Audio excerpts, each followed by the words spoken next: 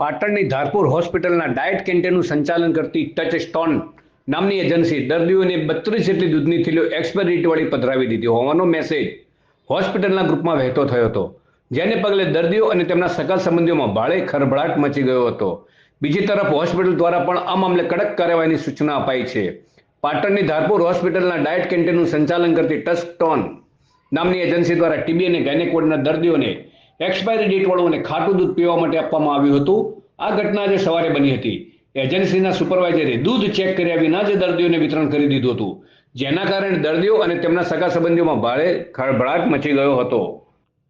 ધારપુર હોસ્પિટલના આરએમઓ રમેશ પ્રજાપતિએ જણાવ્યું હતું કે 11, 12 અને 13 તારીખની દૂધની ભેગી થયેલી થેલીઓ કોન્ટ્રાક્ટરની એજન્સીએ આપી હતી. તેમાં કેટલાક દર્દીઓને 11 તારીખની થેલીવાળું દૂધ આપવામાં આવ્યું હતું, એટલે ખાટું થઈ ગયું હતું. દૂધની 68 થેલીઓમાંથી 32 થેલી 11 તારીખની નીકળી હતી, બીજી 12 અને 13 તારીખની હતી. અમને જાણ થઈ એટલે અમે દર્દીનું ચેકઅપ કરાવ્યું હતું. કોઈને કંઈ તકલીફ થઈ નથી. જે એજન્સી છે તેના વિરુદ્ધ કાયદેસરની કાર્યવાહી કરવામાં આવશે તેવું આરએમઓ દ્વારા જાણવા મળ્યું છે.